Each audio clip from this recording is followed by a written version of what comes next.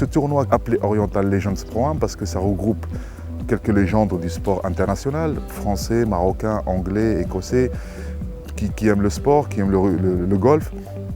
Et comme on a tout ce qu'il faut dans cette station balnéaire de Saïdia, on voulait un petit peu profiter de ça et en même temps inviter les Marocains aussi qui jouent au golf, qui vivent à l'étranger, pour qu'on puisse s'unir tous, voilà, donner la potentialité à cette région pour qu'elle puisse se faire connaître et puisse attirer un peu l'attention à cette région.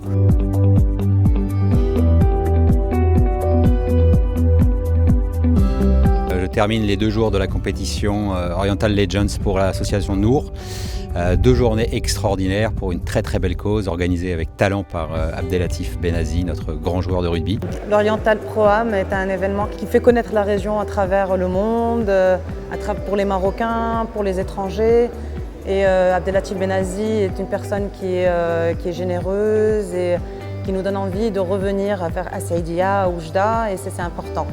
Et ça va faire amener énormément de personnes dans la région pour le tourisme et ça c'est indéniable. Je me suis engagé depuis quelques années de ramener toujours des amis d'autres pays, d'autres nationalités pour découvrir cette magnifique région avec d'excellentes installations, une excellente infrastructure, beaucoup de richesses humaines.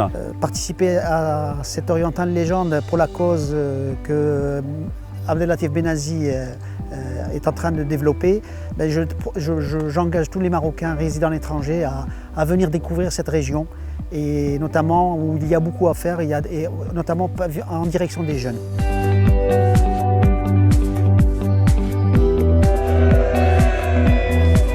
Et cette année, exceptionnellement, on sort un petit peu de Saïdia, on amène tous ces invités.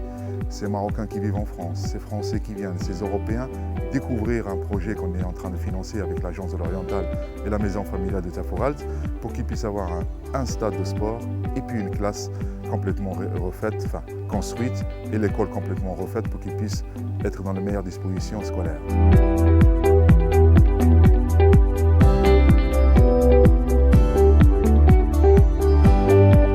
متواجدين في اطار الدوره 2019 اورينتال ليجند. هو نشاط رياضي محض اللي الوكاله كتدعمه منذ الدورات الاولى ديالو، وهذا العام ركزنا على انه الناس اللي كيجيو في اطار النشاط الرياضي لشخصيات كيجيو من العالم كله. هذا العام راه تقريبا كانوا شي 65 مشارك في اطار الدوره، انهم يجيو يكتشفوا هذا المشروع بنزناسن اللي ما بعيدش على الستاسيون بالنيير السعيديه. هذا المشروع ديال الدار العائليه القرويه اللي الوكاله شارك فيه من 2011 مع مجموعه ديال مؤسسات حكوميه جهويه ووطنيه، وكذلك هو عمل جمعوي محض. المشروع كيركز على الفرصه الثانيه لولاد هذه المناطق القرويه في اطار التكوين الفلاحي، وعندنا فيه دي دورتوار، فيه لانترنا، فيه التكوين، فيه من غير التكوين انه كاين واحد الجو عائلي، انه حنا بيدنا المؤسسات مشينا في هذا النهج. هذه الجمعيه تاسست في 2010.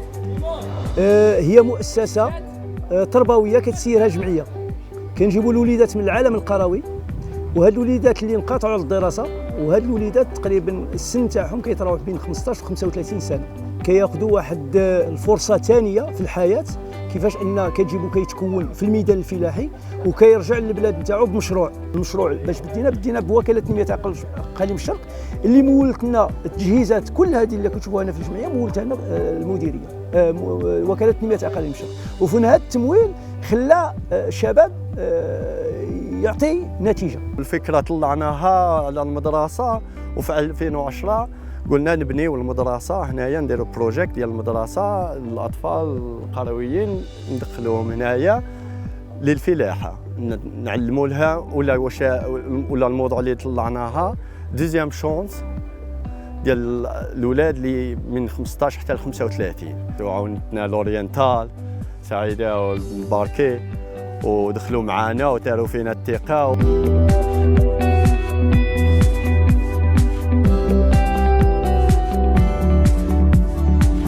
كنوجهوا واحد الميساج لولاد الجاليه باش نعرفوهم، باش يكون واحد سياسه العوده والتنميه والدور اللي خاصهم ينسجوه في اطار تنميه المناطق ديالهم.